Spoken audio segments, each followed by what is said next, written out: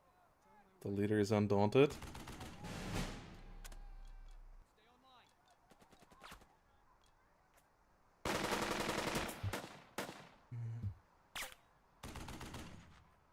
Okay, we got some there.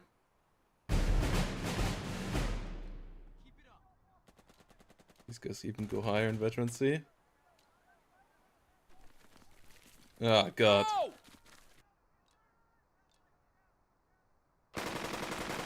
Fire! This is not what I wanted to happen. But I don't know how I else could have done it, because there was no line of sight where I could have snuck by or anything. Faites de votre mieux!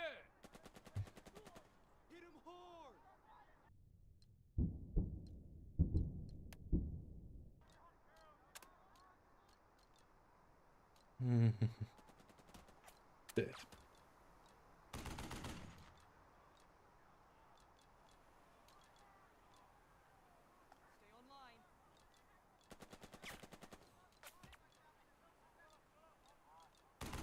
These guys still need to be suppressed.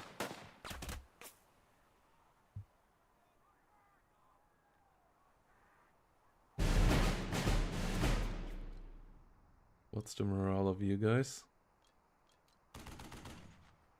You actually are still in decent morale.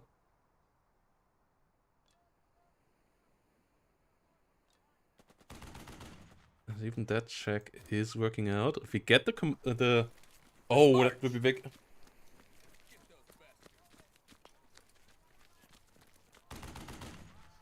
Oh, if we get the sergeant, that... Okay. That means they can't give orders anymore. Ah, we can still do that. No, come on, no casualties, please. Thanks.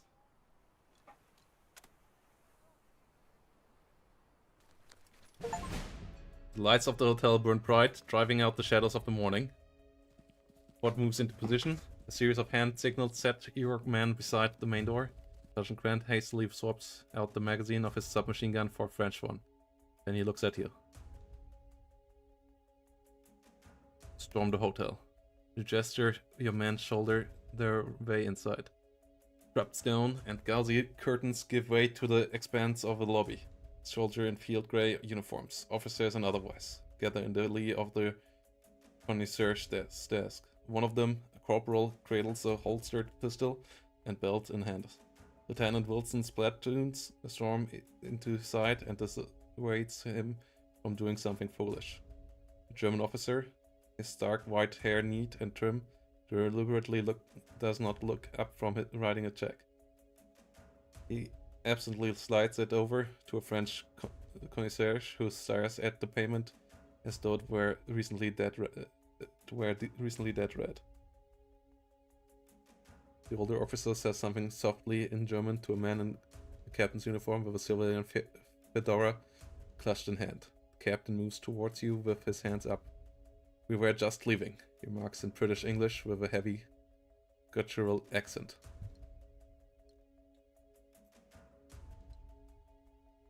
Consider yourself detained, sir.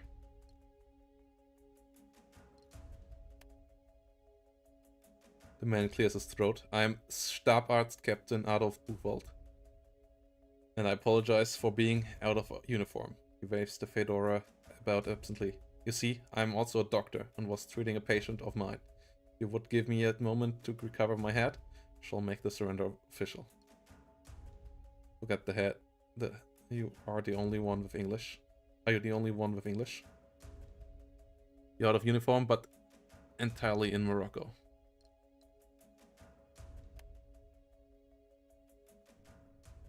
Quite, Captain Buchholz notes. He waves his fedora towards his comrades, and one by one the German relinquish their compact little pistols. Your men take up position as they escort the unarmed Germans out into the street. The older ones, pushing 60 and change, can barely manage an even stride. "Do not think we Germans are all such as this," Dr. Captain Buchwald says. "We are a race of warriors. Your battle against us will not be such easy victories." After only 2 blocks of marching, a white-haired prisoner grips his side in evident agony. Shells rumble overhead. The house across the street explodes. You're slammed to the ground. Before you can think to blink, a wave of shocking dust engulfs everything. You lurch back to your feet in fresh agony. Lieutenant Wilson staggers over. His uniform is covered in fine white powder and there's a blood on his sleeve. Those are from our guns. He somehow shouts above the ringing in your ears. The Navy is laying on a bombardment. Got to get it clear. Glance towards the bevy of captured Germans, finds the old men sprawled all over and their aides no better off. They aren't going to be going anywhere in a hurry. Adapted draw for the mission. Low casualties are more important. Never leave prisoners behind. They are our mission. You bark the order to your men. The men try to force the Germans to their feet, but the older men are as limp as rag dolls. Your men start to track them. After a few yards, the prisoners get the hint, and once they get going, blind desperation does the rest. Everyone wants to get clear. Mission: escape the town. Suffer no more than light casualties. Withdraw! Fuck.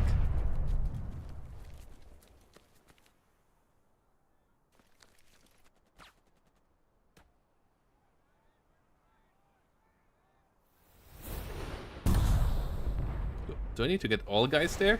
Because I still have a freaking MG back here.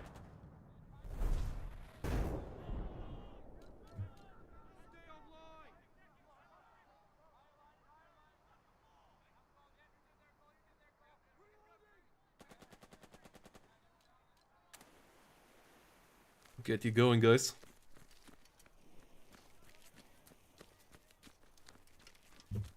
Run for it!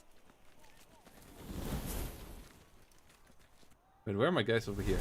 Okay, they're still in there.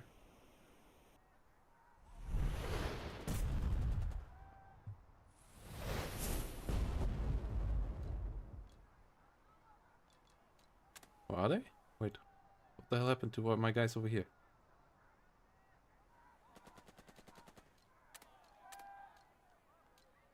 What the hell happened to them?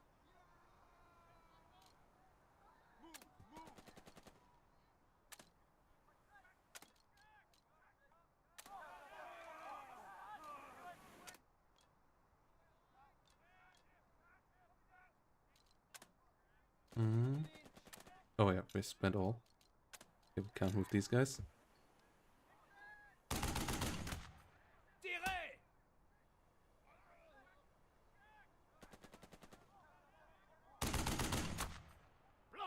Wait, what? Did it really get captured?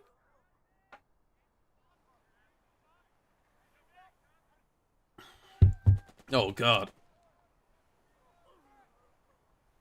No, it's something completely different. Like, it's pretty different. Make the It has towel. Xmithy. It's focused a lot around the roleplay, and also the combat system is really focused a lot around morale and a lot, like, not really a lot about actually finishing anybody off. Okay, wow, this is hella annoying.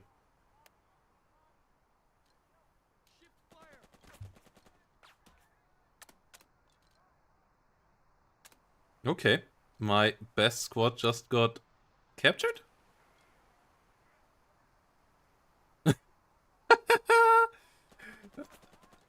That's freaking laughable.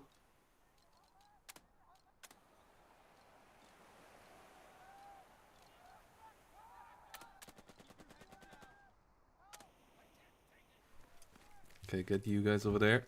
Really?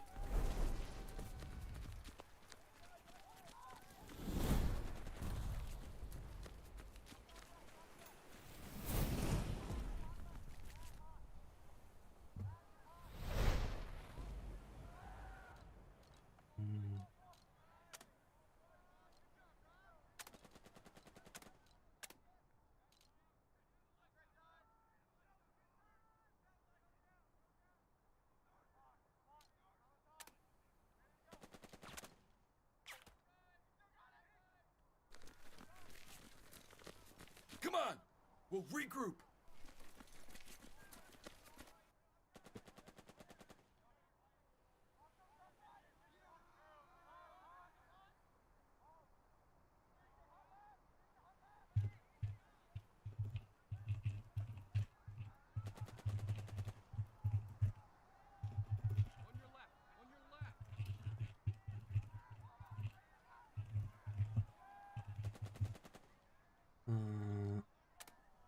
let's...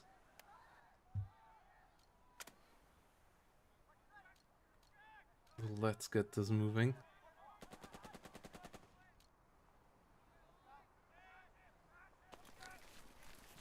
Keep moving. Watch your fire.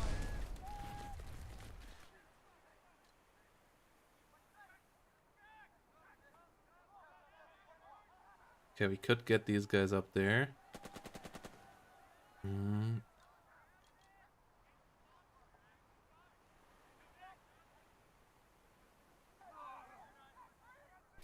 Let's get going.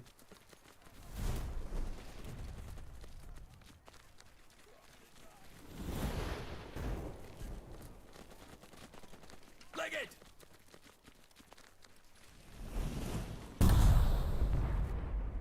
Oh, damn it.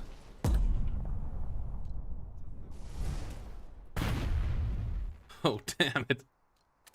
Okay, these guys can only retreat. That's really quite the issue.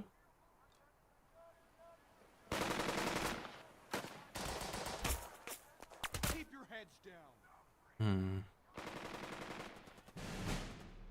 Oh, no.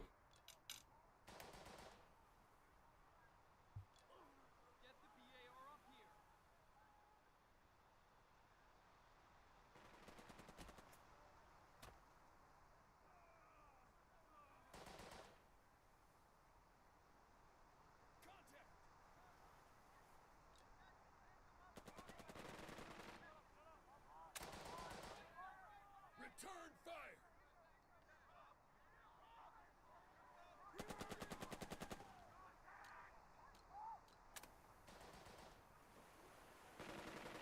Let's move forward. Keep moving. Oh, come on. Run, run.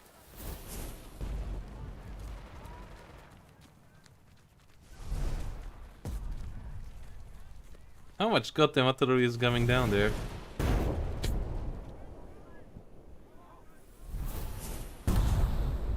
Come on.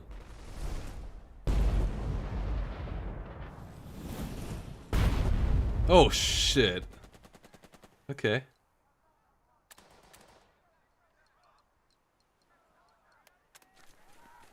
Don't stop. On your left.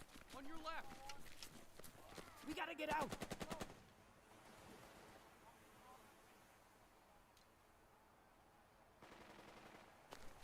Come on. Try to escape.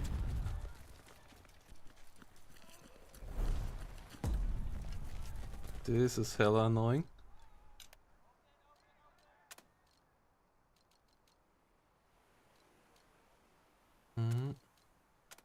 Wait, what happened to the French? Okay, no, there is still French.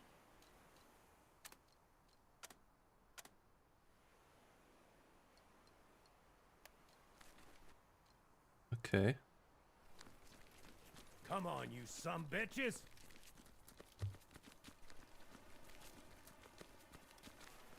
Or not. Okay, you have to go and get these guys figured out. Just like training.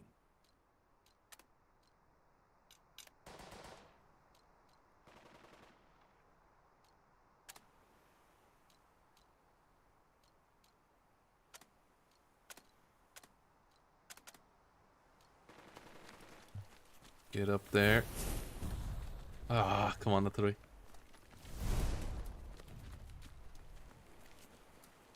Run, run.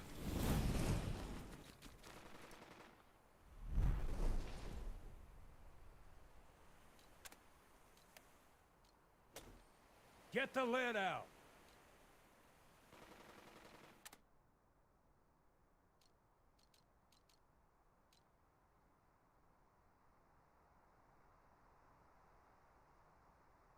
Okay. And these guys are still pretty... Ah, shit. Okay, no, they're...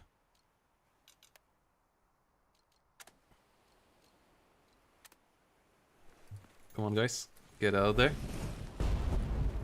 Ha ha ha ha ha ha. This is not good.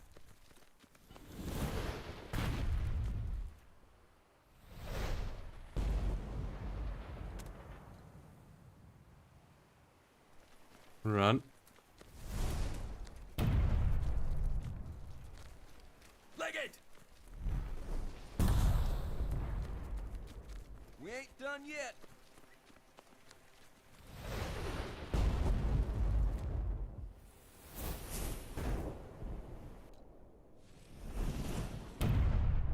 Come on. Be over already.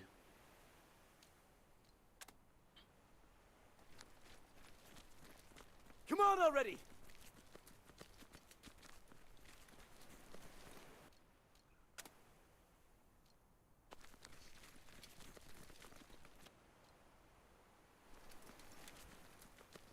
Keep going!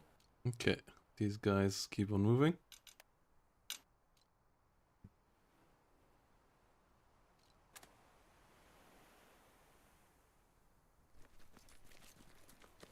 Let's go already.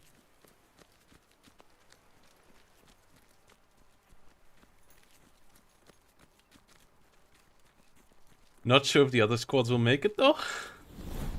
Oh, come on.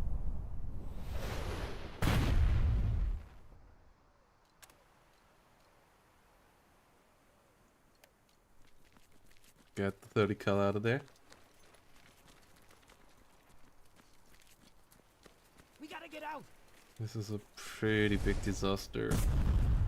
If we really lost it as a squad.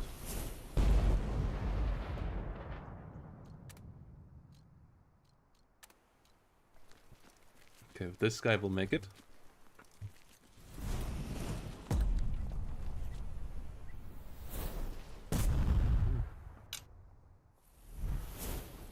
Unfortunately, there is no time machine in this game.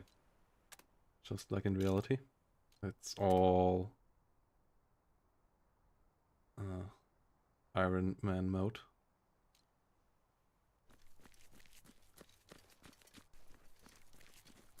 Run for it.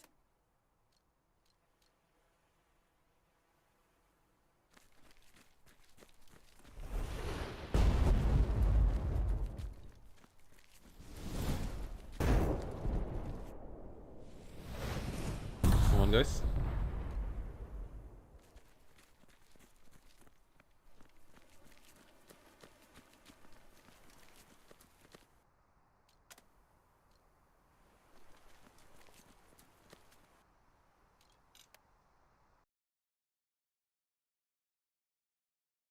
Barrages keep moving in. Young men keep moving.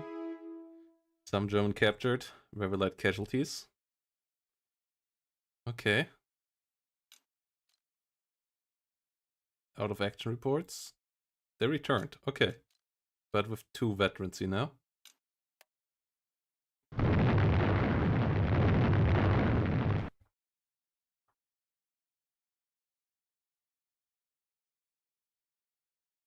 It's barely morning and day is already chaos. Video from Tunisian victory. Time hack 1746. Comes courtesy of the National Archives. Static image depict the 6-inch guns of a Brooklyn-class light cruiser to bombard enemy forces at Licata, Sicily during the Allied landing circa 10th June 1943. Mission minor victory. Secured a hotel before turn 12. Keep prisoners. Casualties less than 10%. Amid the prisoners and that rampant chaos, 2 squads from 1st platoon assembles beyond outskirts of the town. Nearby, Private Morris absently runs a finger along a fresh seam on his helmet, where shrapnel crests the steel. After a moment, he lets out a low whistle at what might have been. Private Patterson crouches beside Morris and wipes at the cut on his friend's ear. He peers at the blood as red as the rising sun. They damn near missed you, he says after a moment. It was lucky. We were all lucky, Private Morris replies with a chuckle that becomes a wince as another salvo of rounds pounds the town. Only 2 of 1st Platoon squads withdrew. Your trust -6. The straggling squads will suffer combat fatigue +10. Ah! More rounds slam into the town. Fresh wave of dust rolls out. The soldiers take cover on the other side, below stone retaining wall, as they gulp down heated breaths. But Adams tries to swig from a canteen, but vomits it right back up. One mocks him for it. False thunder crescendos as the US Navy blasted spars. The handful of Germans are led away under guard. Their war is over. Soft electric click tickles your ear as Harris, your radio man, fervently tries to contact someone, anyone, to lift the bombardment. No one is listening, or else the radio got busted up.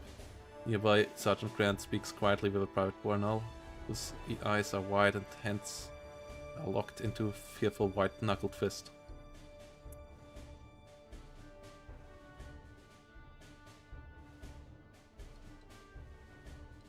Talk to the man. The men have endured their first barrage. It is hard to speak with them about it, with your ears still ringing. A squad from 2nd Platoon staggers in. Among them is Lieutenant Wilson, guiding a dusted-covered Corporal Crossley. One of Wilson's squads withdrew, his trust -8. 2 of his squads will suffer combat fatigue.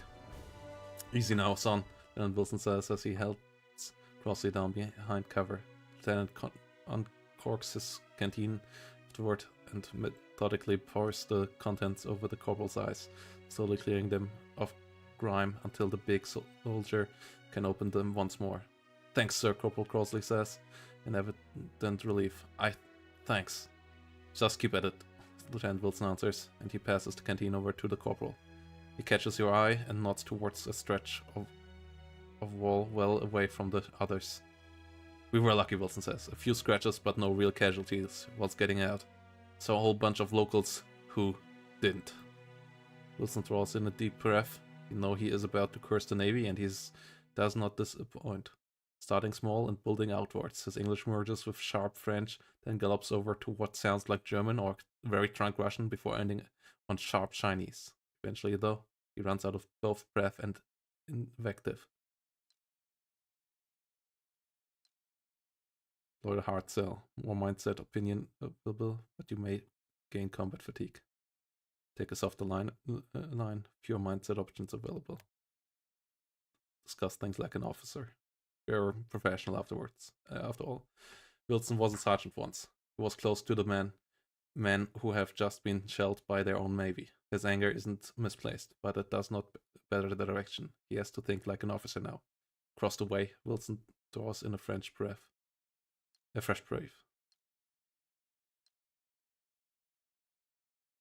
You need to talk about this? Yep, Wilson says. Taking fire is one thing. Another to take it from a friend. There's a sheaf of rags to keep this from happening.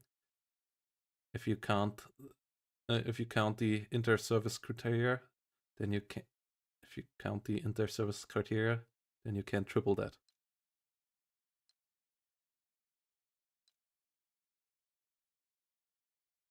How do we fix this? Fix, Wilson admits, and draws in a deep, calming breath. More like bandage.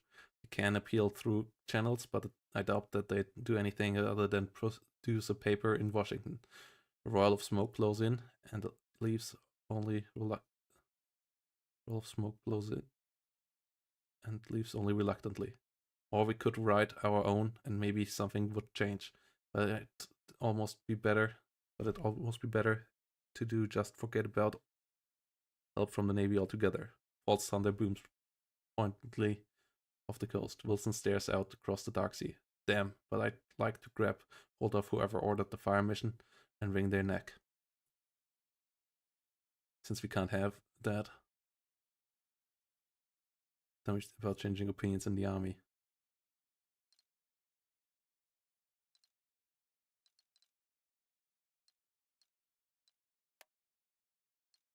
Some policies and research papers get written up by people at the Army War College, Wilson explains. At least that's what I've been told. Haven't been an officer long enough to see how it really plays out. But they file all sorts of stuff from soldiers serving overseas through action reports and the like. Most of the time it just goes into the archives, but sometimes they make use of it. sound like you really know about this. I've served under a lot of officers. Some were clever. Wilson explains. I did my bit too. They'd ask me, Sergeant Wilson, what are your thoughts about that mortar tube exploding? And I got pretty good at answering them. But the action reports are what most people read.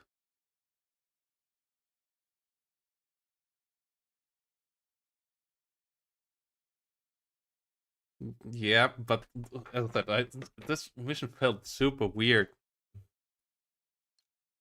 Like, we had a lot of time pressure. And our units, like, the beach thing didn't work. Because the cliff wasn't there that was supposed to be there. So line of sight was completely messed up. Like, there was something, they said something about sneaking along the beach, but there was no sneaking along the beach because the line of sight there was just open field. I got lied to. I'm not sure if, like, because in the images there was a cliff there.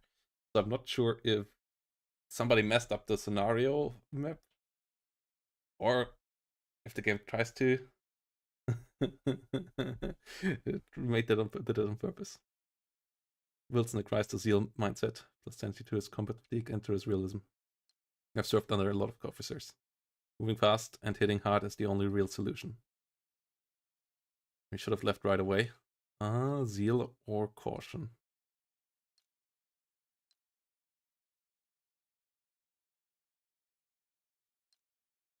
Wilson sounds like a cautious guy.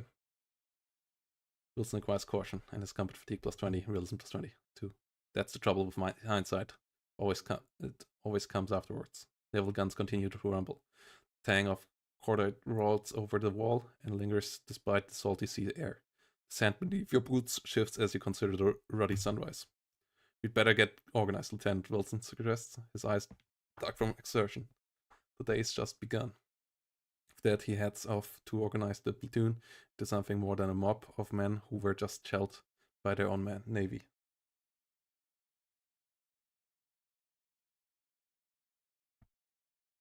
Yeah, that's why I always am confused by people who are like, ooh, why is there a time pressure in the Warno campaigns or in the Warno battles? It's like, yeah, because there's in every combat mission in real life as well, guys. Like, they don't just sling shots at each other for days and leave it be. Like, you have some pressure on you, obviously. You know, people who are like, ooh, why is there a timer in Steel Division are like so weird to me. And Warno. Help Wilson figure things out. Doing your own crucible. Coping with combat is an cumulative experience. Friendly fire, nothing friendly about that. It is one thing to be shot at by an enemy, it's another to suffer it from an ally. Or your own unit. Took a lot of things to go wrong for this to happen. Try to imagine all the things that had to misfire in order for that barrage to hit the wrong target. Would have started with a stack of unsorted messages, a single transparent number, or misheard command. Could be anything or nothing. Either way, the answers are beyond your reach. The hail of shells begins to lighten. Write a report. We are professional.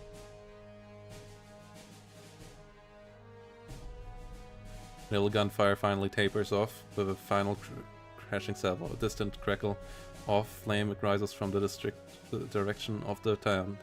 The scent of scorched sand spells over the walls. The Navy might try to ignore this.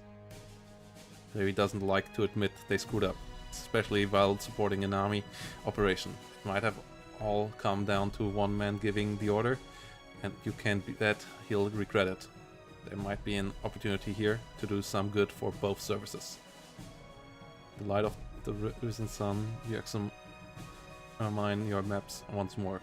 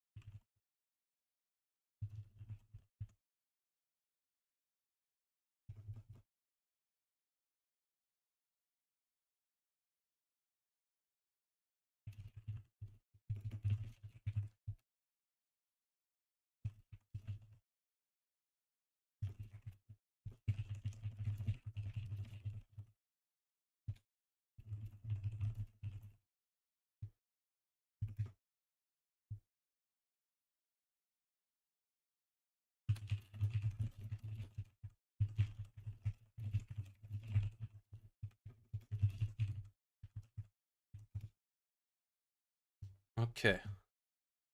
Sorry, had to write that.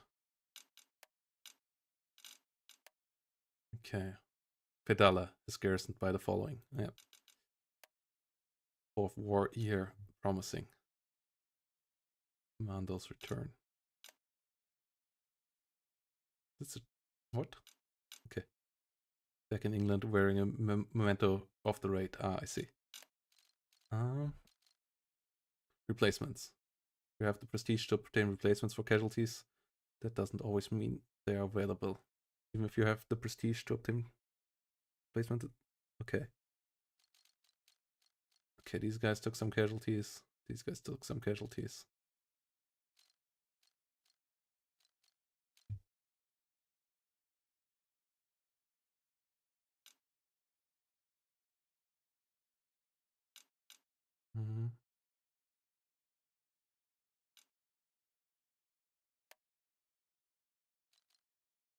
Okay, experienced replacements.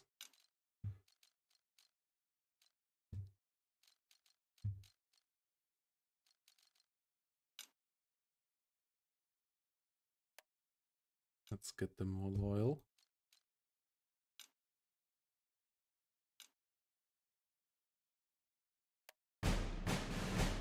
Let's get Wilson up a bit further. We can't quite get them up high enough. Let's take the stress off these guys.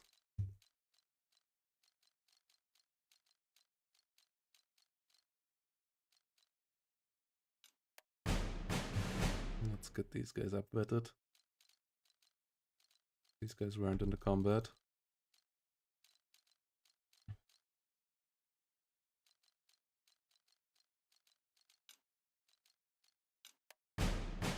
Okay.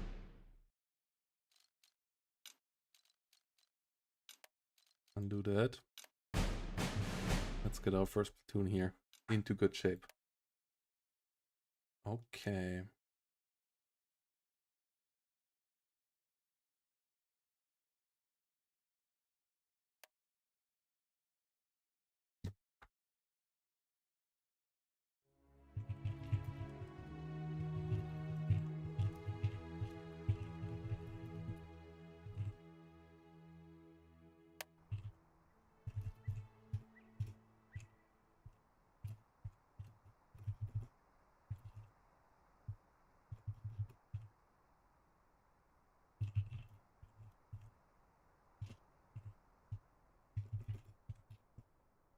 The battle still raged.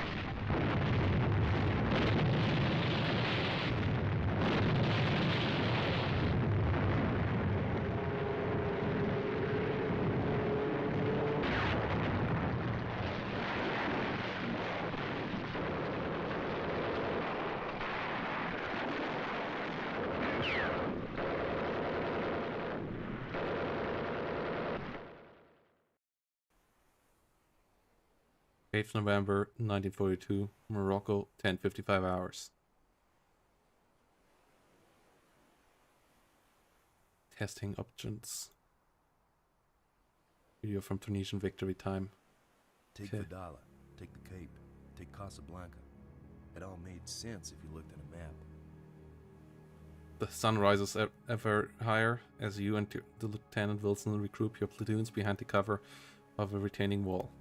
Prisoners will have to be escorted away. You detail the tasks of prisoner escorts to a pair of trusted men, Hansen, who speaks German, and Mealy, who has a little French. Together, they should be able to walk the members of the Armistice Commission back to the beachhead, naval gunfire permitting. Damn swabbies, Sergeant Grant snarls as he digs another stone shard out of his collar. After what the Navy laid out for us, I'd hate to see what the enemy's guns are going to do.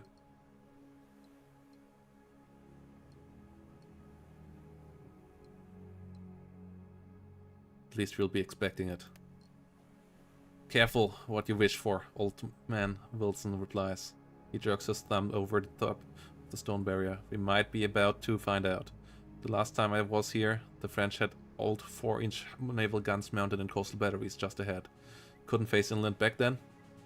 God hope they haven't changed that, or will make a fat, juicy target for them.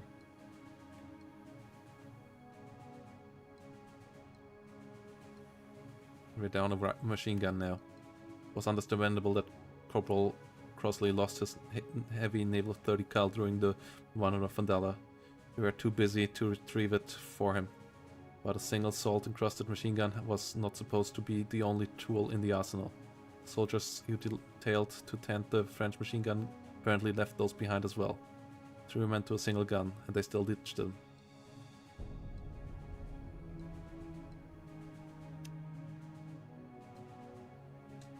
Ooh.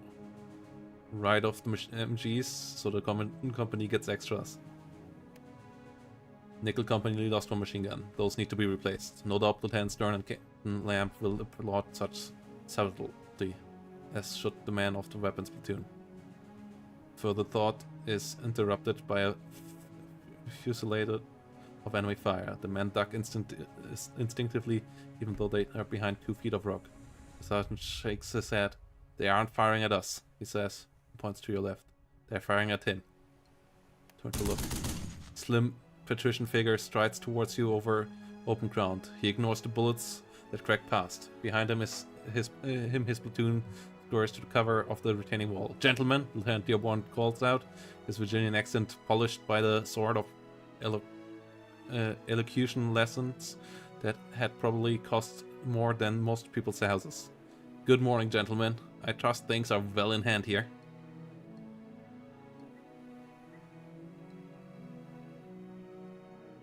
What do you want, Lieutenant? What I want is a plate of veal cutlets and a jigger of bourbon. Dearborn replies. Unfortunately, current exigencies have made the happy relief of that desire rather improbable. Exigencies. Never seen that word before. I like the level of English in this game. Yeah, as a non-native speaker, I see a couple of words here for the first time. Exigencies, okay. Exigencies? Exigencies. Okay, I have no idea. Exigencies. Get to the point, Wilson groans impatiently, and for God's sake, stop talking about food. Now I'm hungry too. Rest assured, Wilson, Dearborn replies, I have not come all this way to regale you with the wealth of my culinary imagination. The platoon's commanding officer reaches into his breast pocket, pulls out a square of folded paper. Lieutenant Colonel Moore, 1st Battalion, told me to give you this. Take the sheet of paper and unfold it. The message on it is short and spare, and it does not mince words. The commander officer, 1st Platoon, Nickel Company. Seize naval guns near Cape Fadala. Swiftly avoid damage to oil storage. A Company and tanks en route. Godspeed, R. Moore. Well, don't keep an old man in suspense, Wilson growls as he reaches for the paper. More orders and attack on the Cape. Wilson shakes his head disbelievingly. He snatches the orders from your hand, his eyes go wide, and he reads the message. Jesus Christ, you martyrs. Attack on the Cape. Attack on the Cape, Dearborn echoes confidently, and we have the honor of leading it. How did we get settled with this? How long until our support arrive? I was made to understand that a runner had gone to A Company not long before I left, Dearborn replies. I cannot rightly answer for the armor that was to accompany them, but I received assurance from the highest level that we shall see them here within the hour. The highest level? Wilson asks incredulously. You mean? He motions skyward. The Virginian smiles back. Very nearly one would think.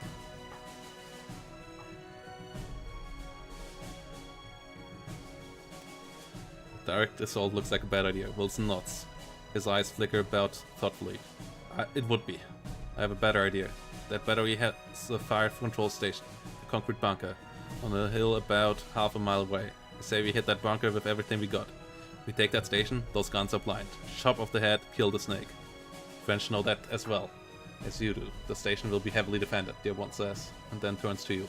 We should avoid the fire control station altogether, target guns themselves. Without any pieces to direct, the men in that bunker will have no choice but to offer their surrender. I don't like it, Wilson answers thoroughly. We're depending on the enemy to do what we want. It is not a question of likability, Dearborn retorts tensely. is a better plan. First of all, we avoid the heaviest defenses. Secondly, we will have more freedom to choose our approach. And lastly, the Virginian waves to the single crossbar, the other officer's helmet, and then to the silver bar on his own. I outrank you, so my plan outranks you. Wilson scrawls. You don't outrank him, he says, jerking his chin at you. He's got seniority over you too. Should be the one deciding. Well, you very well, Yvonne replies sourly before turning to you. We commend our plans to your judgment. I'm sure you'll make the right decision when the time comes.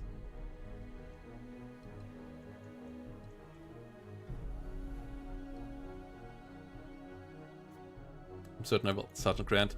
Grant eases forward. Yes, Lieutenant. Let's stack the deck. Prepare support option. Scenario will extend launch an immediate attack. 2 extra turns. No, let's prepare this. We're professional. Haste makes waste. Wilson remarks. I would prefer fools rush in their angels fear to tread. And where angels fear to tread, the Airborne counters. Either proverb fits.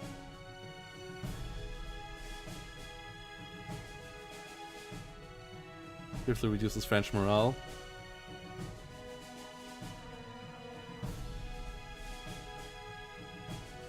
Find our support and guide them in. I think that's like heavy barrage or a preliminary artillery barrage. I don't quite trust that right now. Armored cavalry support arrives earlier. I cannot get them here sure enough. I can get them here sure enough as soon as I find them, Grant says. Stick to the roads, especially the paved ones. Wilson replies. Our tanks won't want to bog in podunk towns like this. Keep them away from any plunging fire when you find them. If you can't find them, keep an ear out and soon enough you will. Yes, Lieutenant, I'll do that, Grant says. Takes a last look at the map. Trust you shall not wait upon possible support, Dearborn asks as your sergeant departs. That platoon's CO is right. It's not going to look good if your reinforcements show up to find you sitting on your ass. Settled, you turn towards the enemy position before you unsling your carbine. Vehicle company will advance. Secure fire control tower and gun pits. We must fight our way through.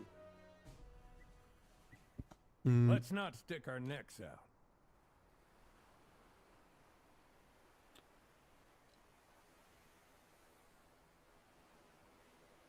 French have heavy machine guns. They can pour effective fire at ranges. Just that our rebels cannot match and inflict heavy casualties, especially from their elevated position. That's hella annoying. Wait, what? How do we even get out of here? Okay.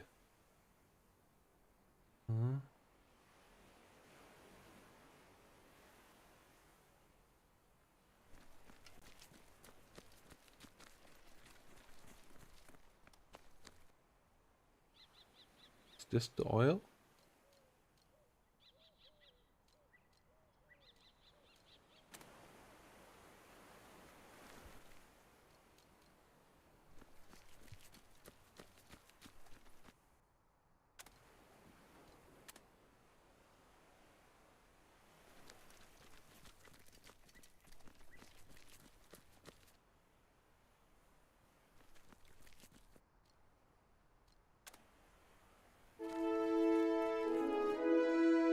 Okay.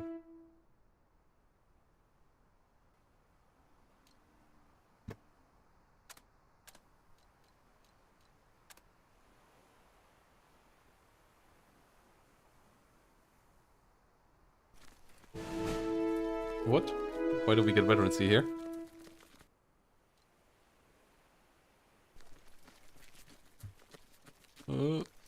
What the hell happened? Oh no.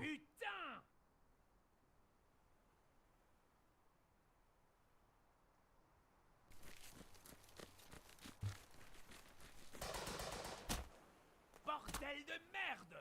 Oh no.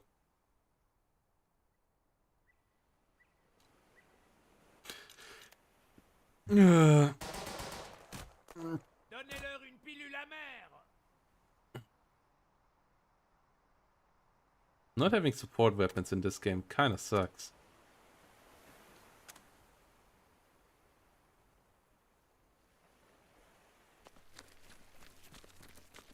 Wait, what? Why did you all lose so much? What? Just moved.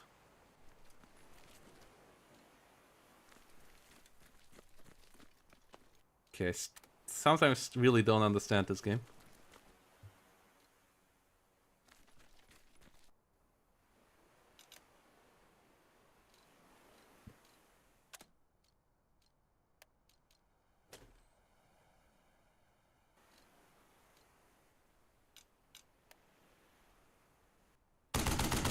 Oh shit.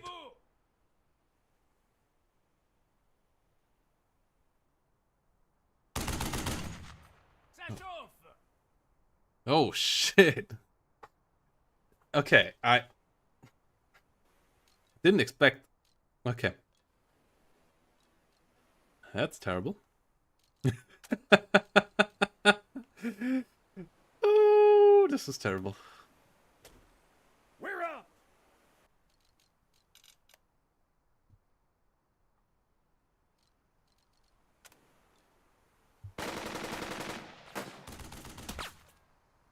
Why didn't they shoot at us earlier? What the hell?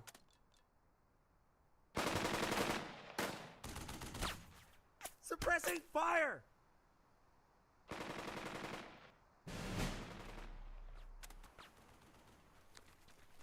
Move it.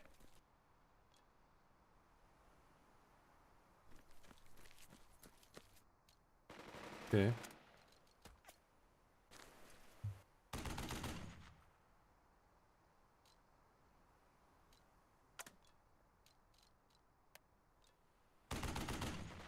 No, that's not it.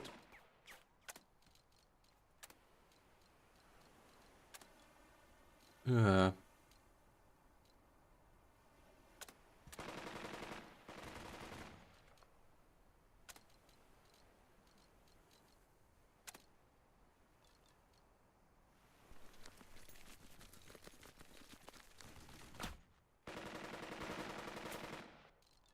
We can't hit them.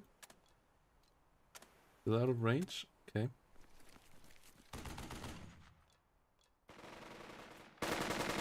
Come on. Fire! Get them suppressed.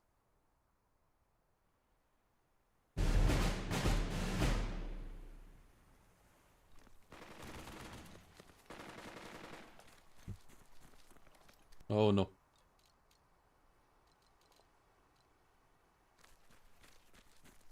Wait, what? Okay.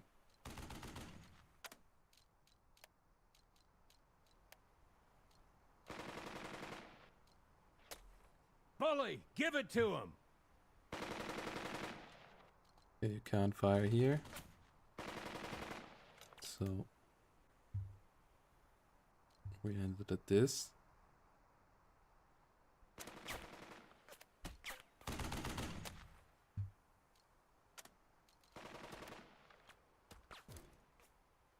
Let's charge this force position. Okay.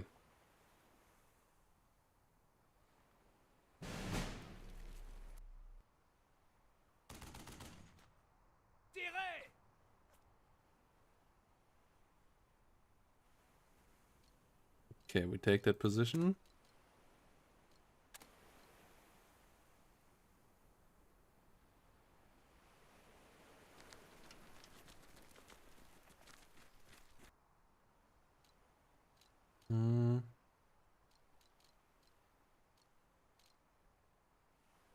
Not a big fan of moving this way.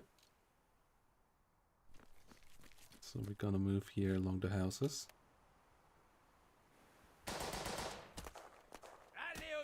Oh, what? What?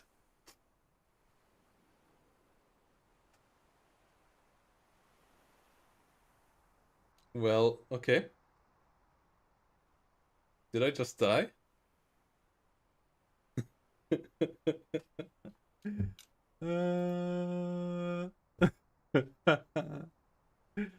Oh no. Shit. I think I might just have died. Fire!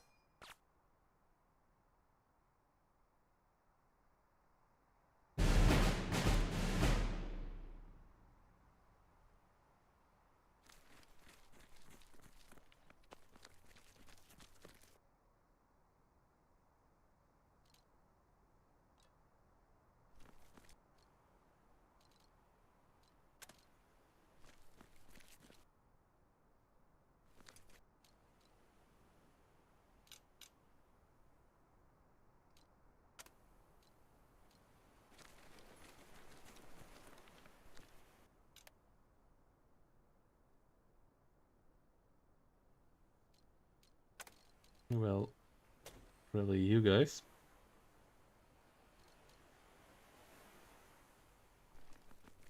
Oh wait, what? Oh, I wanted to move all of you. Do I now lose the next guy? Ne prendre pas la pipe.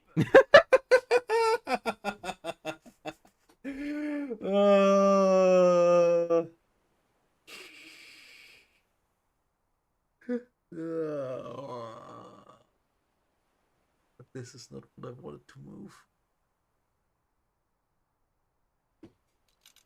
Okay.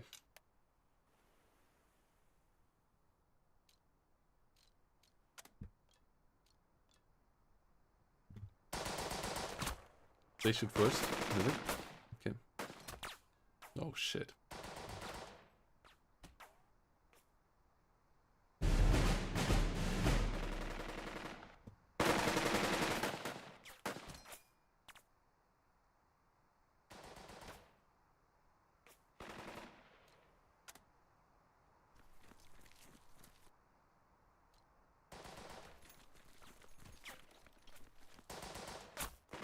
Ça chauffe.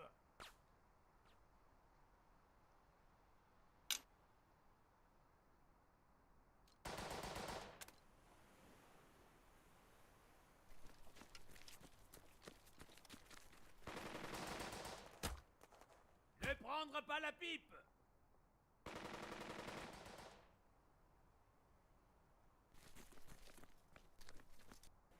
Okay, this was stupid.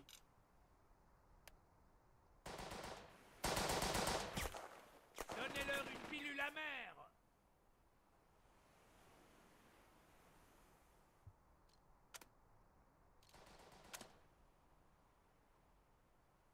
Oh well, these guys are still around as well.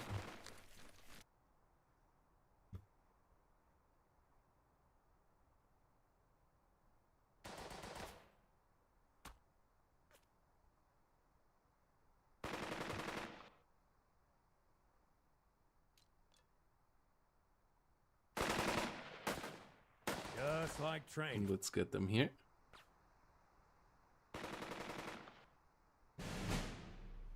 Okay.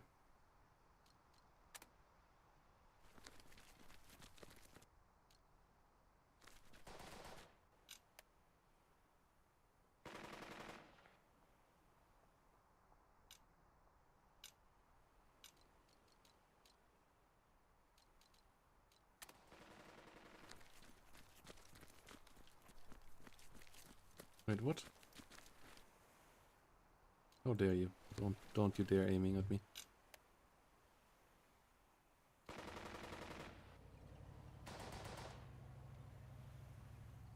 Okay. You guys really up?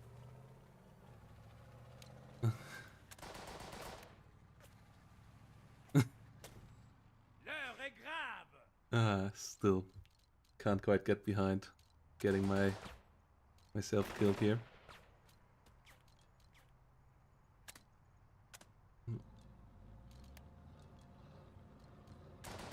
Hmm.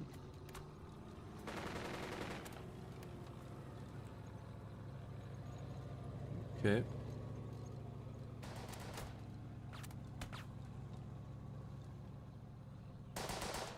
Oh, they shoot first. Okay.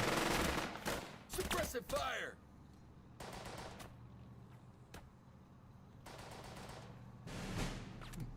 Okay, we got some.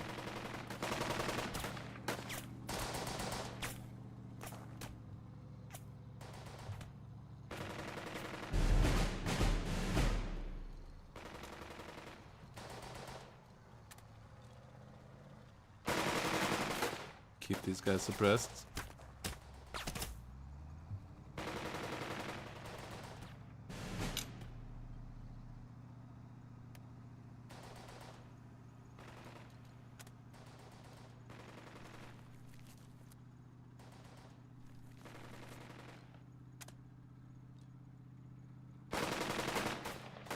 Keep up Get your these fire. guys suppressed. Ooh, casualties. Okay.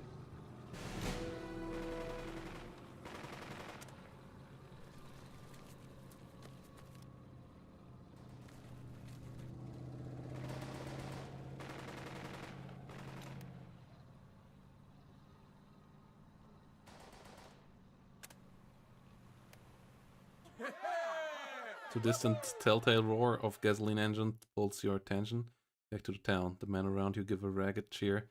The oil green shapes of 4 M3 light tanks roll towards you. Guns trained towards the French position. Sergeant Grant rides on the hull of the lead tank, pointing out your position to an officer leaning out of the commander's hatch. Lieutenant, your radio man calls out as he hands out the headphones. Those tanks are calling us. The agony of your flesh wound is intense as you slip the headset on. This is Nickel 6, over. The voice that replies in deep and authoritative New England by way of West Point. Nickel 6, are you Sergeant Grant's commanding officer? Affirmative. Good, I'm Colonel Wilbur from General Patton's staff. I'm here to take over the attack on those guns as soon as my infantry support arrives. That's true. The cannon on those light tanks might as well be pop guns compared to the Navy's heavy artillery, but they are still bigger than anything you've got with you. Stand by for target coordinations. Understood, Lieutenant. Colonel replies. I'm sending your fellows Grant back to you. Keep this channel open. We'll be ready to hit targets as soon as you give us the coordinates.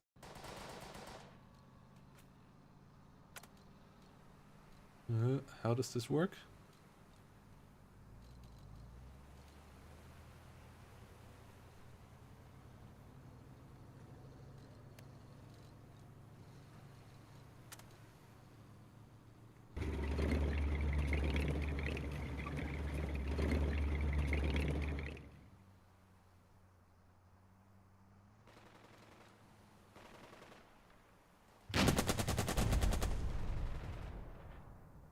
Okay.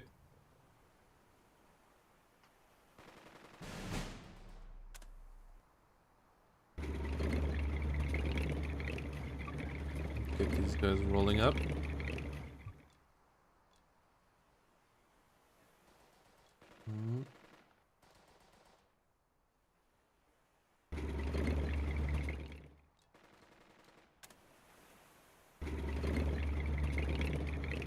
These guys rolling through the south.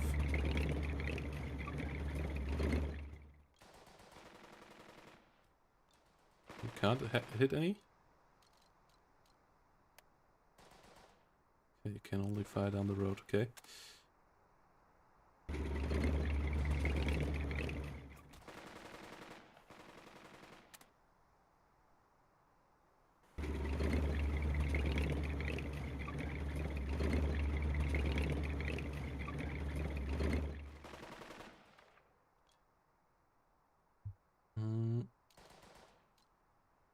Nope, that wouldn't be great.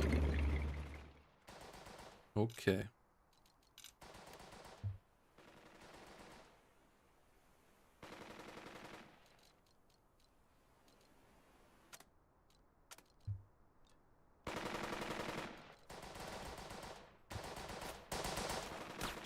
We still need to fire onto this position up there.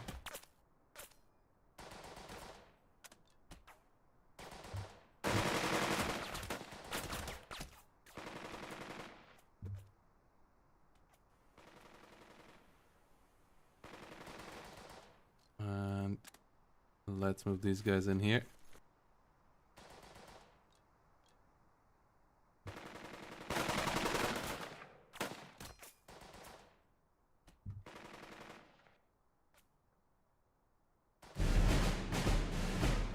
Get some veterancy. Okay.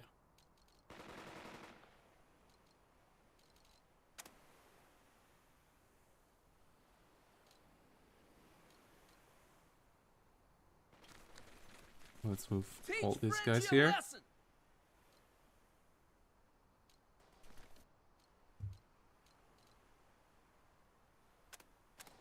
You on your own. Move up there. Don't get shot. Okay.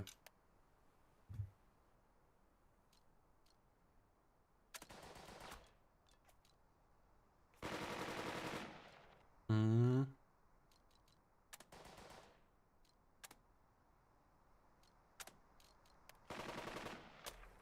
Cotton balers, don't let me down. Let's get over there. We pinned most of them down. Keep up. Oh, come on, please don't. Yeah.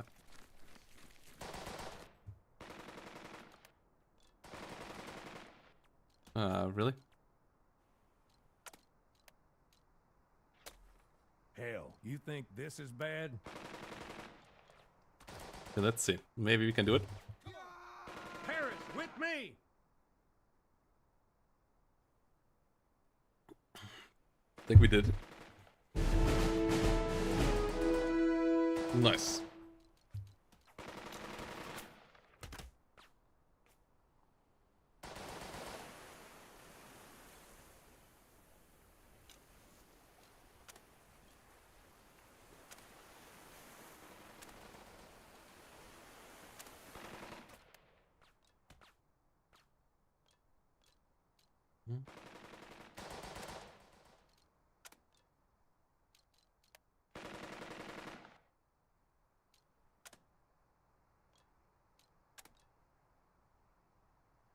Let's give them a shoot.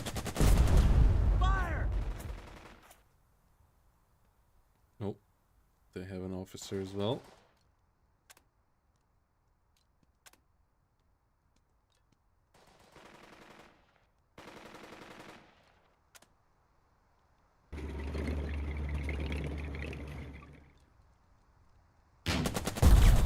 Fancy shit. Okay. Don't think they can fire upon us here anymore.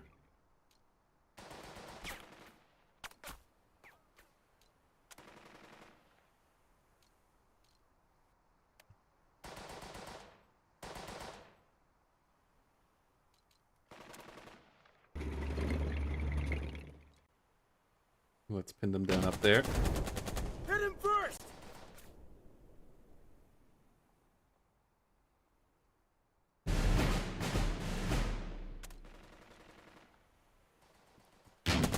Let's hit these guys here.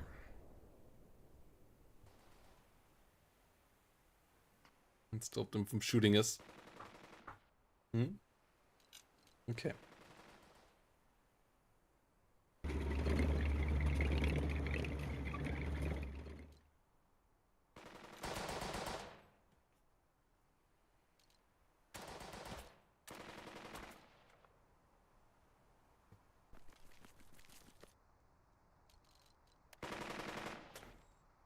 Let's rally these guys.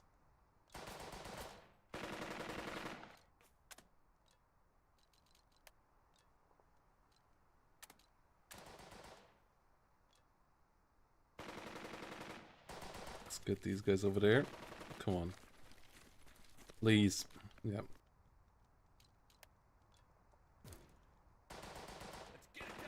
Nice. Good job. More Frenchies surrendered. Oh, come. Don't you dare. Okay.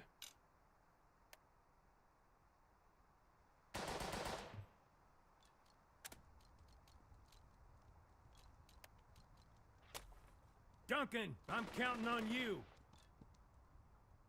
Let's try to get these guys removed. Oh, Quick time. Come on. Lewis, let's go. okay. We get them.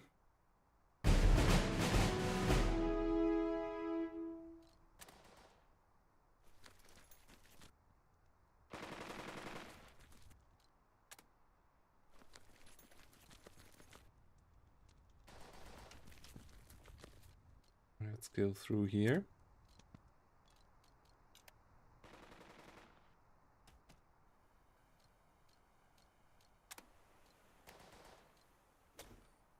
Anyone want a Yes, speech? we're getting it through here. Got them suppressed up there.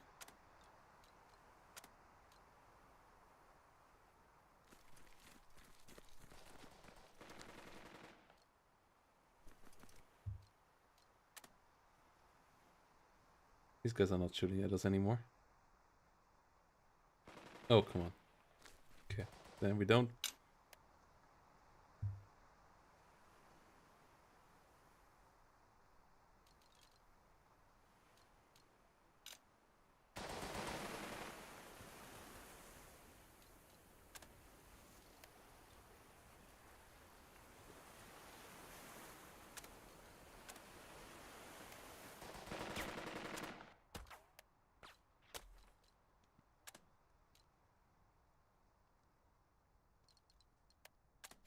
Let's go with Dearborn. Really?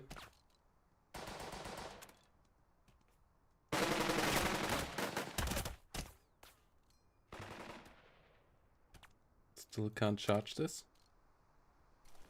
Okay, let's get behind them then.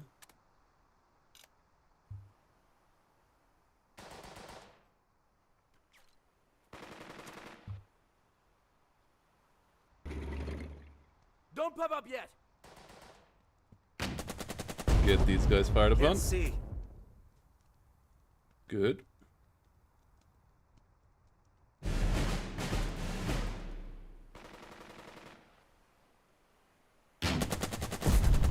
You'll have to really work it over. Okay, this doesn't do much.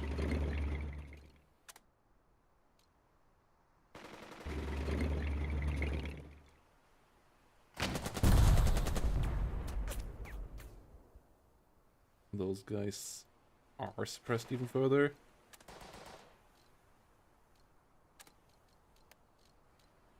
No.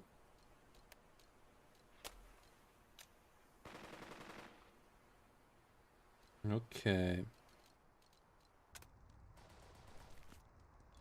Oh wow. Okay, the next guys.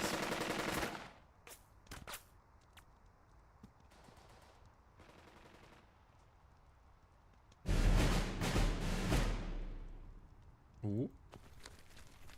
Let's go. Stay alert. Let's charge them. Hey, next good charge. Grab your boondockers and let's go.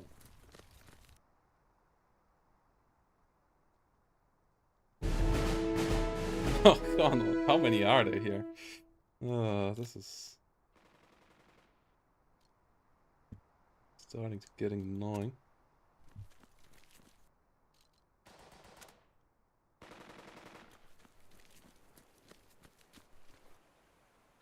Oh, Bordel de merde!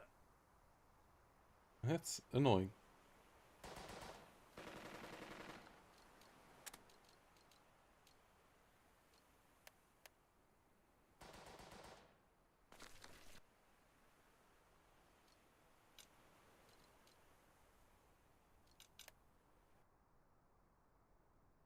Okay. Dearborn. Flank attack. And that works out.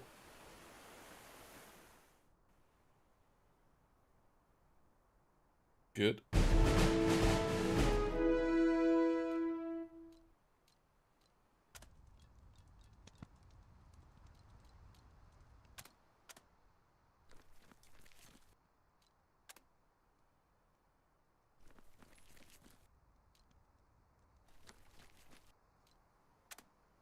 And Dearborn himself.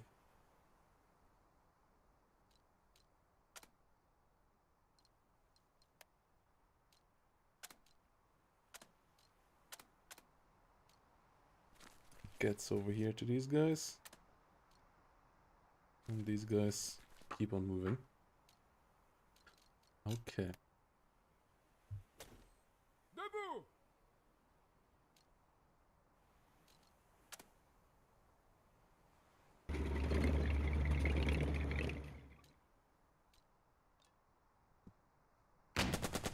Stand down that MG.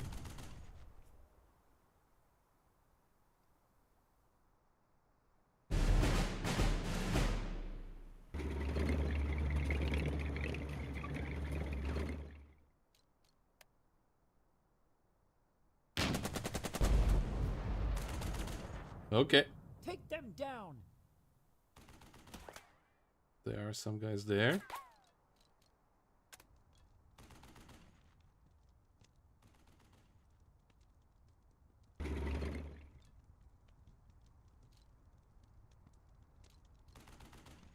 Okay, they have anti-tank stuff everywhere.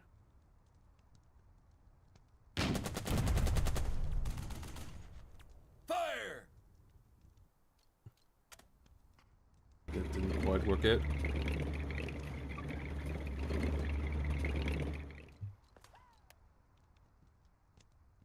Let's see. Yeah, there are some there as well. Did you see that?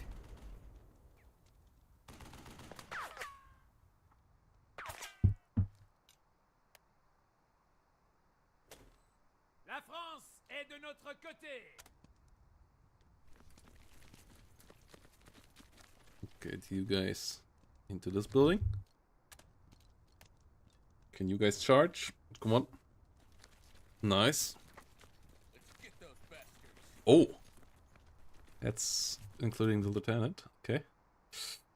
These guys might shoot at us though. Nope. Okay.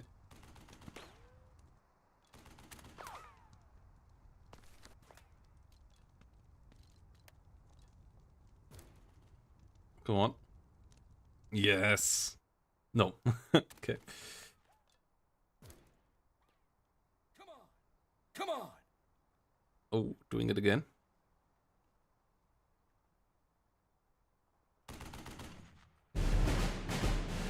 Great.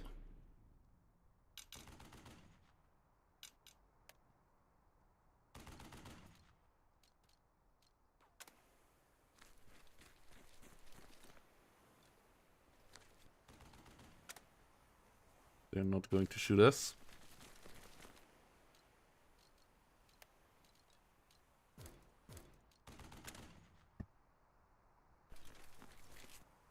That worked.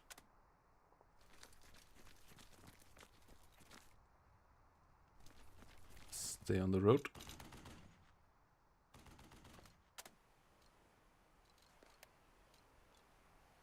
Okay, that works out as well.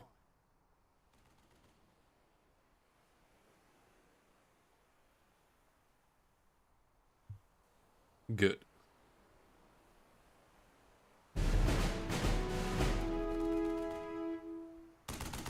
Ah, come on. Flanquez-vous.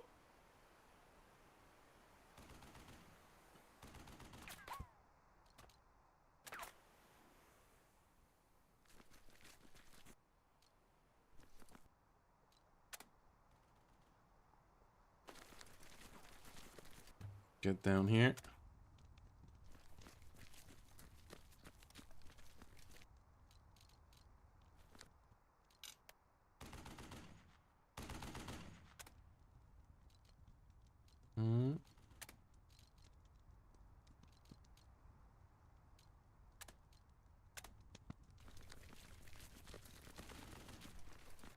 Let's figure out what's going on here.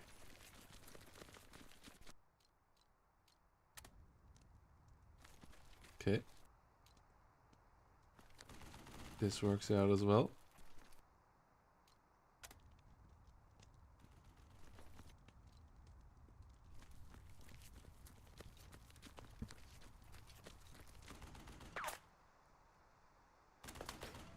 From where?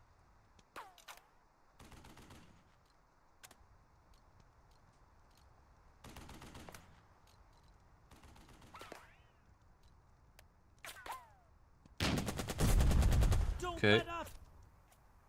Nobody over there anymore. Find a target.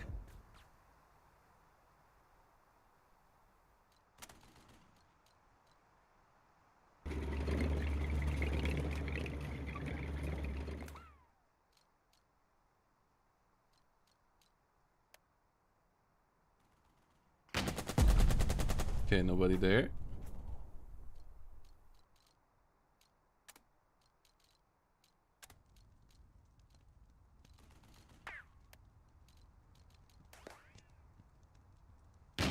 Nobody there. Okay. Can't see.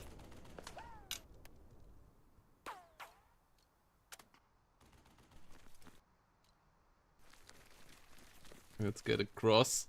Okay, there we go. Ah, shit. I wanted to get into these guys. That's fine.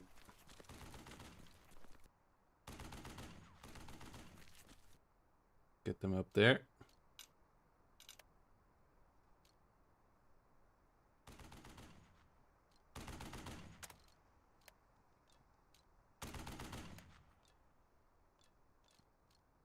Not enough morale there.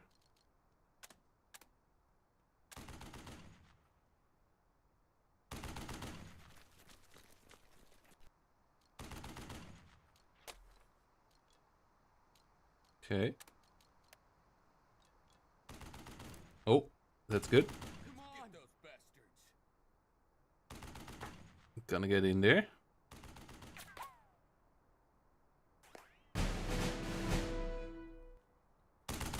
Ah, come on.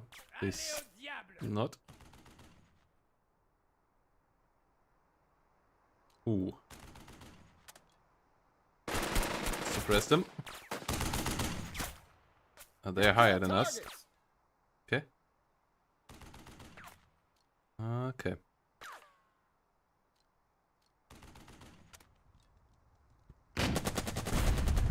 That's good. Oh, we might have killed some. Hit him first. Captain officer out of action. Okay. Got them there.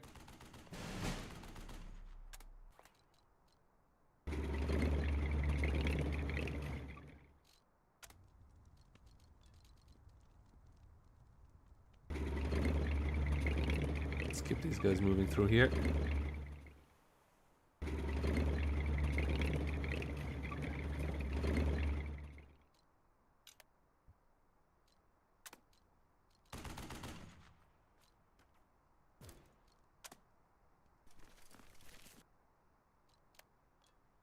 Okay. Morale not high enough. Bully, give it to him. Now bolstered. Okay, that should be doable. Come on, guys. Nope, we fail.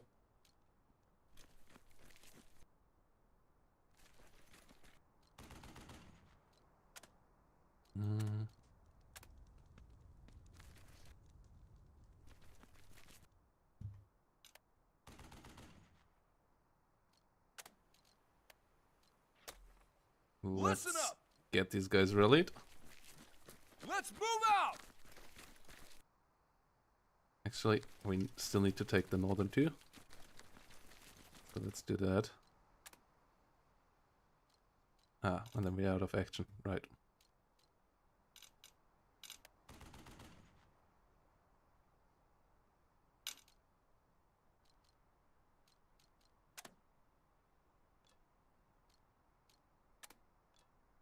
Let's get these guys firing. Did you see that? Good hit.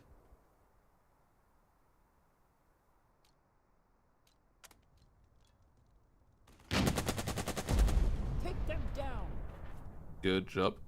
Okay, casualties on their end.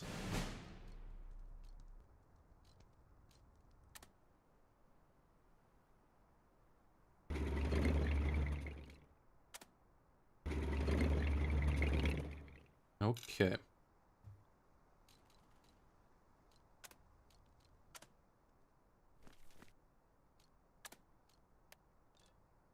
Oh, come on. You're the 7th. Get in gear. Get those Let's gams charge moving. them from the rear. Really?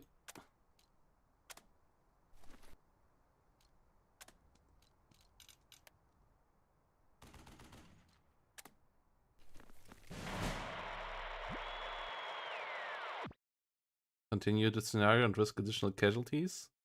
Accept the minor victory for the mission and end the scenario. French prisoners stumble out of the ruined fire control tower. There are plenty. Who wins as Sergeant Grant helps you along, but the side is well worth it. But now, Lieutenant. Test to prestige, continue the scenario and risk additional casualties.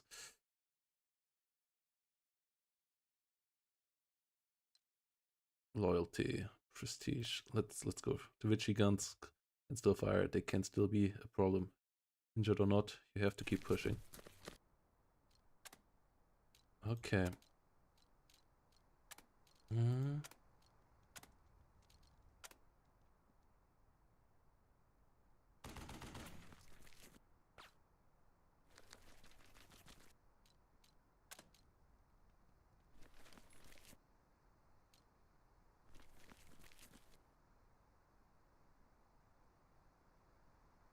Okay.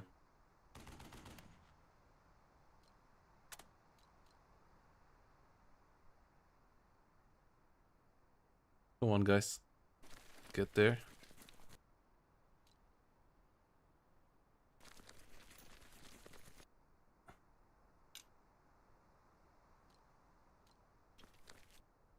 Oh. Hello there. Garde à vous! Oh, come on. Fire!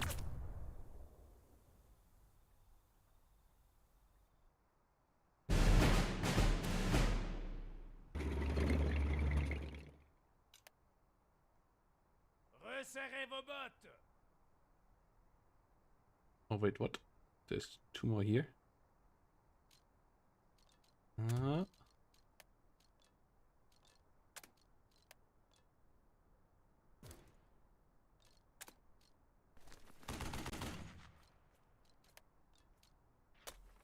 That's Bully. Come on. Okay, this time around we got them. Let's get this over with.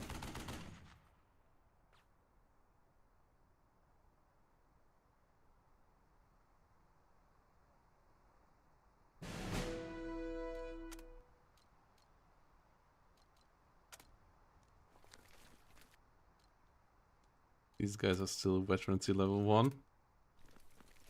That's a bit surprising. Thought they would be higher by now.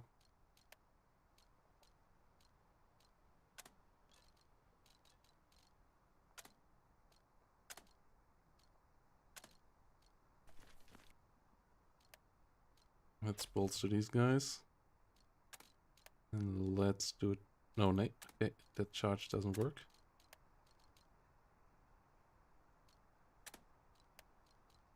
Let's rally them then.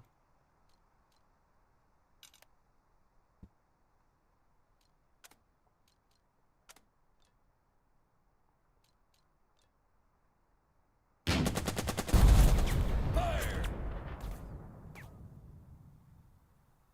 Okay. Fewer tanks.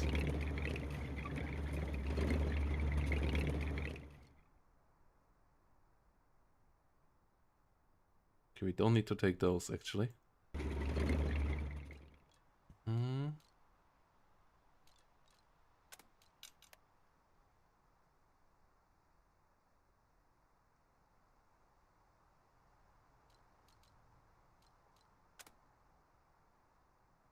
Come on, do your job.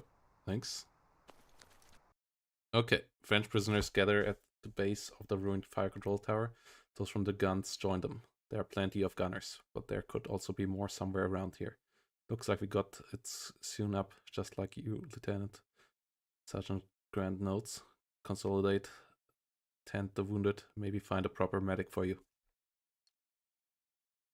Accept the major victory. Yeah. Consolidate. The enemy here is broken and cut off. Men are tired. Other forces are due to follow on soon. They can handle the holdouts with a simple sweep. Until then, the French will keep. Achieve a major victory for the mission. At least a draw for your men. Okay, very light casualties. taken unaided. Prestige earned. And I returned. Okay.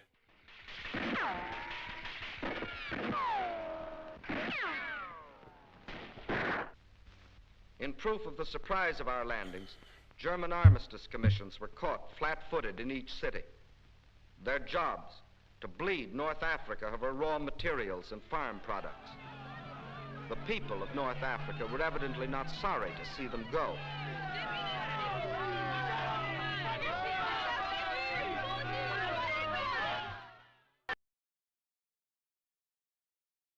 Mission. Major victory.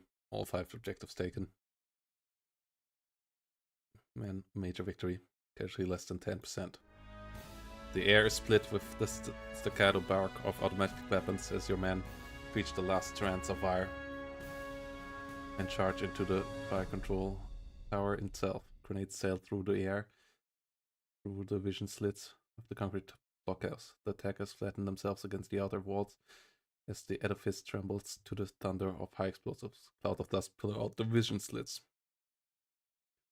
Panicked shouts ring out from inside the building. A moment later, a gaggle of men is muddy blue file out with hands raised over their heads. The remaining holdouts are in hand. Last, something almost like a silence falls over Cape Padala. That certainly takes the sting out of your wounds. No tanks are destroyed. Colonel Wilbur is unwounded. Prestige +2. This is your first real victory. Everything went right for once.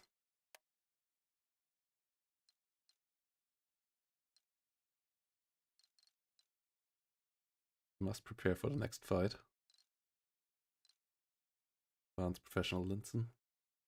After the foul up on the beach and the snafu that was the assault at Fadala, you were starting to worry if the army could do anything right. This time, though, it all gone through. Your attack had pulled itself off.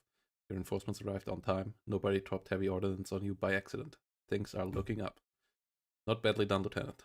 Though we'll have to deal with the battery on the tip eventually. Colonel Moore, when you report your success to him over the radio a few minutes later.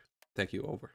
Unfortunately, I can't let you rest on your laurels just yet, he continues. Colonel Macron's assembling the entire regiment for a push down the road to Casablanca. I need you and your company with us as soon as possible. That, the radio goes dead, and you set yourself to getting your men ready to move. Soon enough, everyone is back with their platoons, all except one. You and Grant find Lieutenant Dearborn perched atop the retaining walls, staring blankly at the body of a fallen dog face. A cigarette dangles from his shaking hands, still unlit. Lieutenant, Sergeant calls out, are you alright? Dearborn back straightens. Rest assured, Sergeant, I'm fine, he replies. Don't you have the platoon to attend? It is only when Grant is out of sight and out of earshot that the other officers make a mask of confidence falls away. Is it always like this? Dearborn asks, towards nobody in particular. I'm on my first day too. Virginian shakes his head. I feel its sickness in the pit of my stomach, ashes in my mouth. He turns to you. His patrician features twisted in a mix of anger and disgust. It feels like shame. This is the cost of victory, Dearborn. You call this winning? Dearborn snarls back. I gave you my plan, and you trusted me. He flings his arm towards the dead man at his... And he trusted me. But he trusted me, and now he is dead because of it. I killed him as much as the enemy did.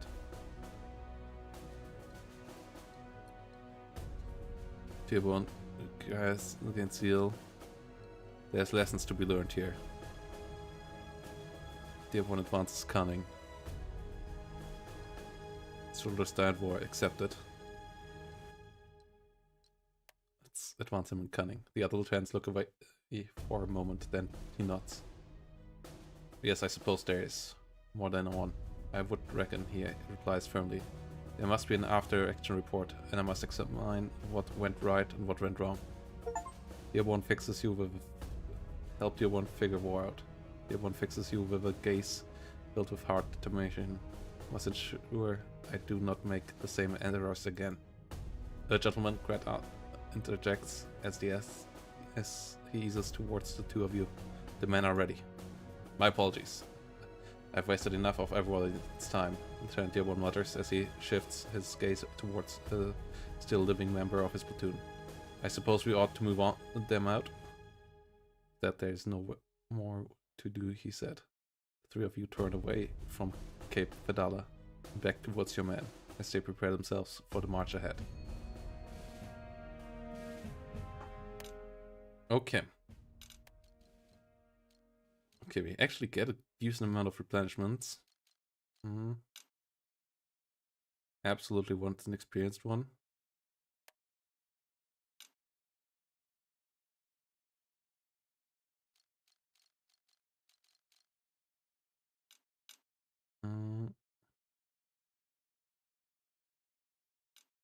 Also cost us prestige, but that is fine.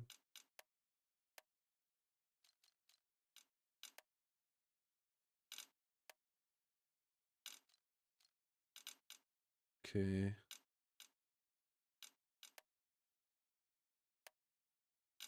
Damn, we took a lot of casualties.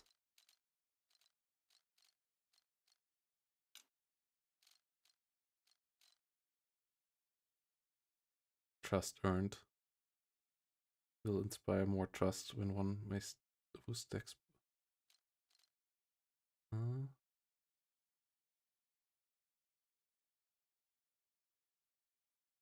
Another word. Share risk with the men, but be effective doing it.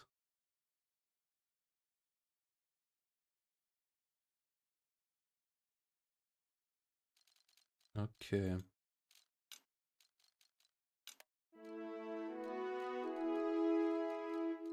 Go with this. Anybody close to leveling up?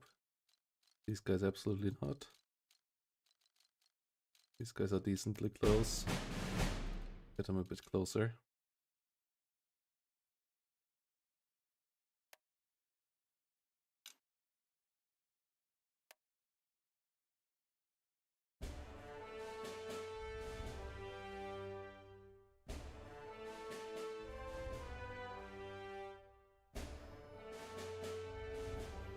Okay. Road to Casablanca.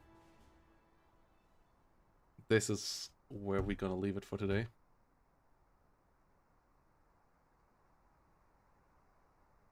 And gonna end the stream. Oh.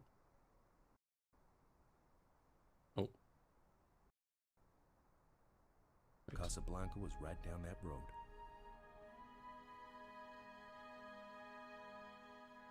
Platoons assemble as they staging crowd before noon. The order to advance does not follow.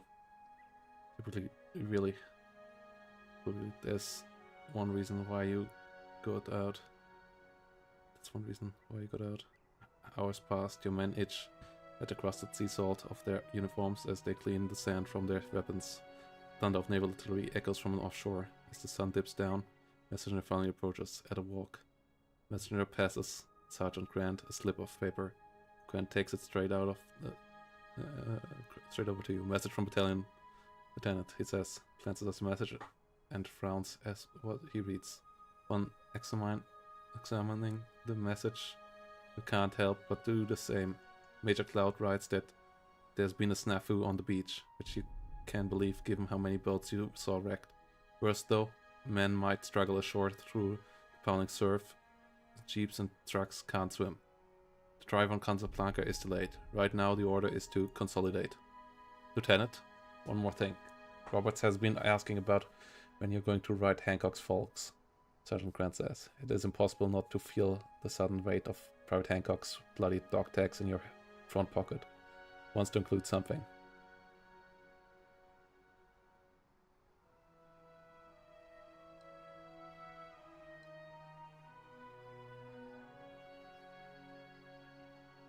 Maybe it will be easier this time. Right, I better get it over with. Grant pulls out a salt-rimmed notepad, all but wrapped around a battered pencil, from his shirt pocket and passes both to you. He didn't know Hancock well, but you could tell the man's folk. But you could tell the man's folk that he braved enemy fire. The army would like that. Or you could write that he was shot by the French and then slowly bled to death on the cold sands while the men of the platoon watched helplessly. That would be nearer to the truth.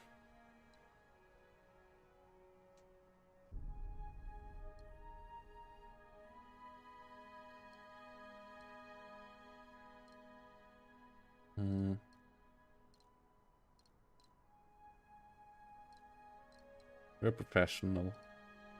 We write what the censors will allow. There's no point in telling the truth if no one's listening. Better to give Hancock's folks something she can believe in, at least right now. You write the story write the story's forms readily enough, one filled with clean sacrifice. You have the feeling that you'll be doing this a lot in these days ahead. Roberts approaches as you finish up. In his hands rests a letter of his own. Lieutenant, he asks in a distant voice, I'd like to send this to Eddie Sound. Casey. I wish I could have been there with him when he...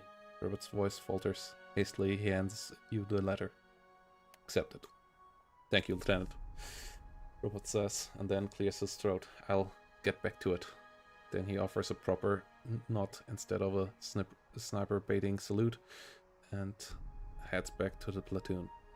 You read through Robert's letter like the Rex you should. He writes about Private Hancock, about how they would swap eggs and potatoes whenever Sergeant Layton burned the batch more to Hancock's liking. There is mention of the terrible conditions aboard the Tasker H. Bliss and the chaos of landing. Words are smudged around how he buried his friend. It is the blunt, unvanished truth. No one needs to see this now. Better censor this as best I can.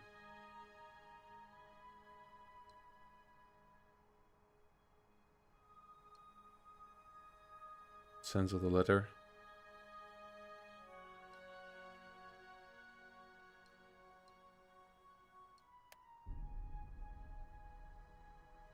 You can't not send the letter, but you also can't let it go without an edit.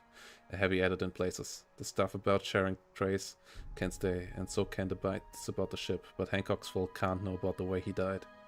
But your men will know what you're doing. That can't be helped. Night falls, the platoon beds down. Oh, sleep comes. The buzz of a distant plane startles you awake. The stars still hang above. Fire mostly embers, close in the lee of Fort Fidala's seawall. Sergeant Grant crouches beside an upturned French helmet balanced over the timid flame. He dunks a battered tin canteen cup into the helmet.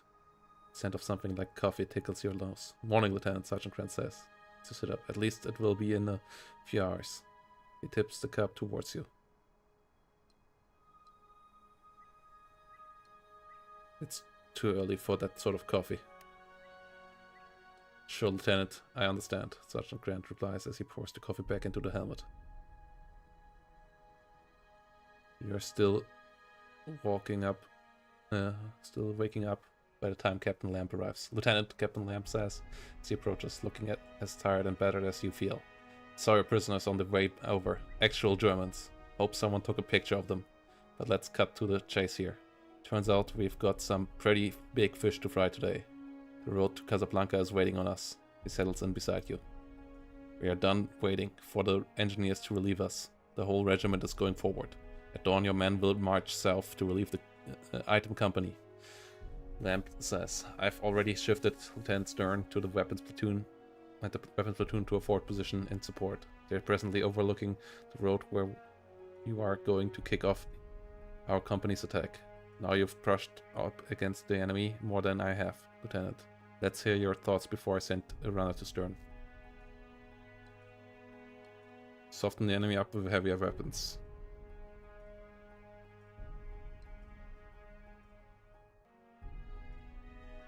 Some enemy units may be spotted and suppressed.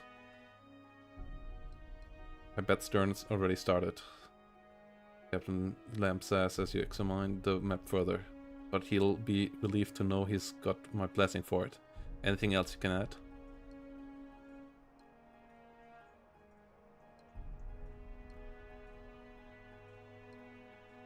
Where do you want me? Get on the road at first light and don't stop until you're reached, Captain Lamb orders. At 0730, we head for Casablanca. Captain Lamb turns back towards the small knot of men who came with him, the company's HQ staff. Within seconds, they are following your CO as he disappears back into the pre-dawn gloom. Sergeant Grant eases over. In the dim glow of the embers, you can see him stroke his stubble chin thoughtfully. Orders, Lieutenant? Rouse the men, we'll make an early start. Any hope of a hot breakfast for the men? Let's contact the Navy about the bombardment. Friendly naval guns may be available as support. Yeah. I think that's the best idea. The Navy, Sergeant Grant asks as if he can't believe his ears. His eyes lock on yours. You know that he's thinking about the snafu at Fidela yesterday. I'll ask politely. Give me a radio, I'll make this work. Yes, Lieutenant, Sergeant Grant replies crisply. He grabs the radio and holds the antenna as you kick the message up the chain.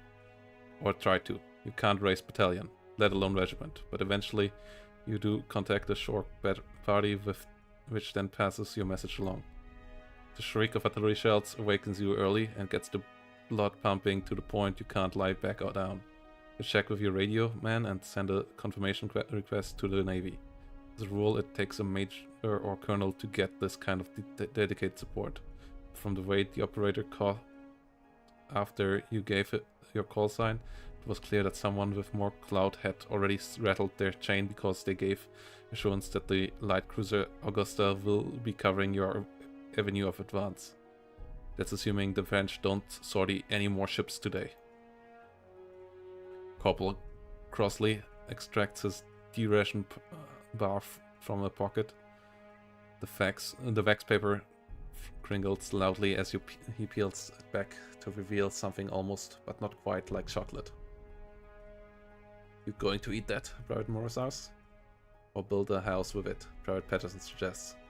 Roberts glances over. My report says 1937, remarks just as Crossley takes a nibble of the ration bar. Crossley chews slow and manages to gulp things down with an effort. That's about right. No one else bothers with the D-bars. After that, this is not that kind of chocolate you'd give to anyone you love. You march. You're definitely not in Virginia anymore. The cardo of 30 cults rattles out from ahead. The early morning gloom lights up as streams of tracer fire reach out at the horizon. A distant hilltop puffs up with dust from the impact of machine gun fire. The hollow thump of a light mortar joins in. You see Lieutenant Stern's muscular form crouched beside one of the crews with a rangefinder set before him. Mortar 1, he shouts. Add 20. The mortar team makes the adjustment, but as the team's hands draw back, Tube snacks on a jacket and it's yanked to the ground. For a moment your ruined ear burns as if some terrible accident were about to unfold. But the mortar is not a machine gun, and metal clatters harmlessly on the stone. Without missing a beat, Stern rushes forward with a look for impatient fury. He picks up the 40-pound mortar. Up with one hand, and his fallen crewman with the other before wrestling both back into position. A round is dropped into the tube and explodes back out again. A distinct hilltop fountain with smoke as the ranging shot slams home. One prepared to fire for effect. 2 and 3 add 20. The alteration is made and rounds queued up. Fire for effect. The coincidence rangefinder used optical prisms to calculate the range using differential gear adjustments, essentially cranking a lever until its two images lined up. Image taken during 2nd Army maneuver in Tennessee. Mortars pop off in a rolling salvo. The hill across the way churns in explosions, erupting along its crest. Dark figures scatter desperately to escape the deadly storm.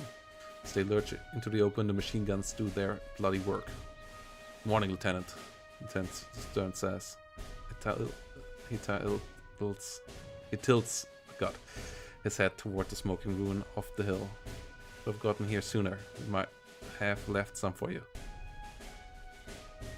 To your right, a small column of camels and locals hurry down the road, headed far away from the battle. Some of your men gape at the sight.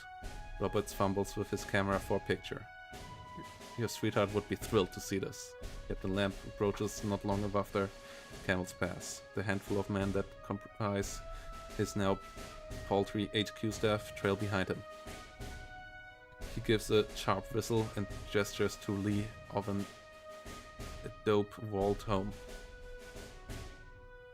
Wilson and Dearborn hurry over from the head of their platoons. When all the officers are assembled behind the dusty house, your commander flips out his map. Casablanca, down this road a piece. Captain Lamb says, then points sharply at your emphasis.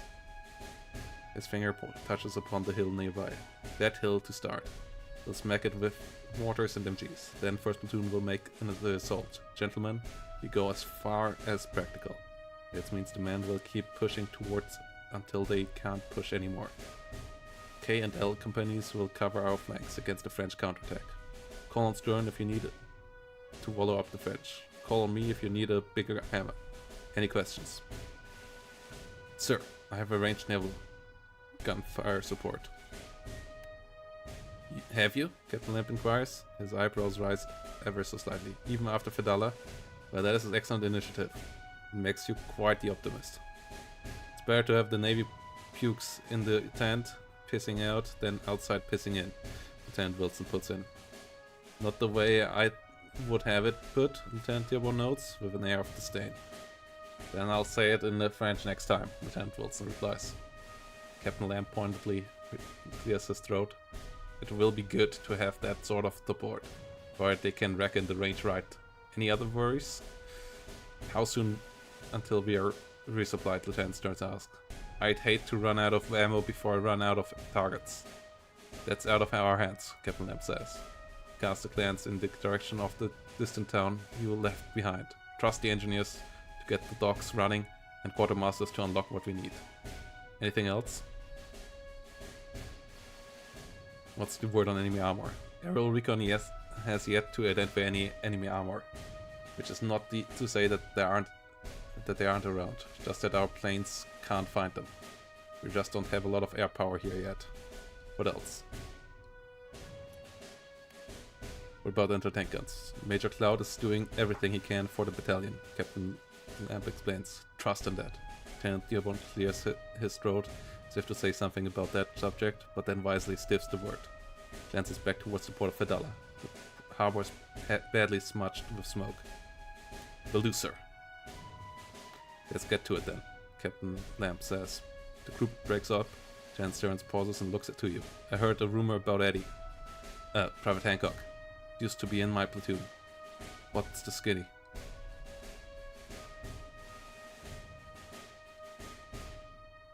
We made the first assault and perished. He didn't enjoy being the first, Stern replies distantly. Takes a deep breath. Second and third platoon begin to spread out. In a few minutes, advance will begin. Soon you may have to console some of these young men as they lay dying. The unlucky ones anyway. We went to the same school together, Stern replies softly. I took Hancock's sister to prom. His jaw tightens in sudden fury. Boy, I ought to get the first dozen of those filthy crowds I see. Just for him. Crowds? Not that many Germans here. Not yet, Stern replies. But there will be. I've got this just. Will make sure that my face will be the last thing they see. Rifles clatter in the distance. The French are getting frisky. That's our kickoff, Lieutenant Stern says. Turns back to his platoon. Okay. We save it here. And end it here for today, guys. Thanks for joining. Yes. We're gonna see. We can send you over to. Let's send you over to Tortuga Power, who's streaming some Age of Sail. Haven't seen that game in a while. Unfortunately, I believe doesn't get developed anymore, which it could still use a bit, but it's a cool game. So, see you all there, guys.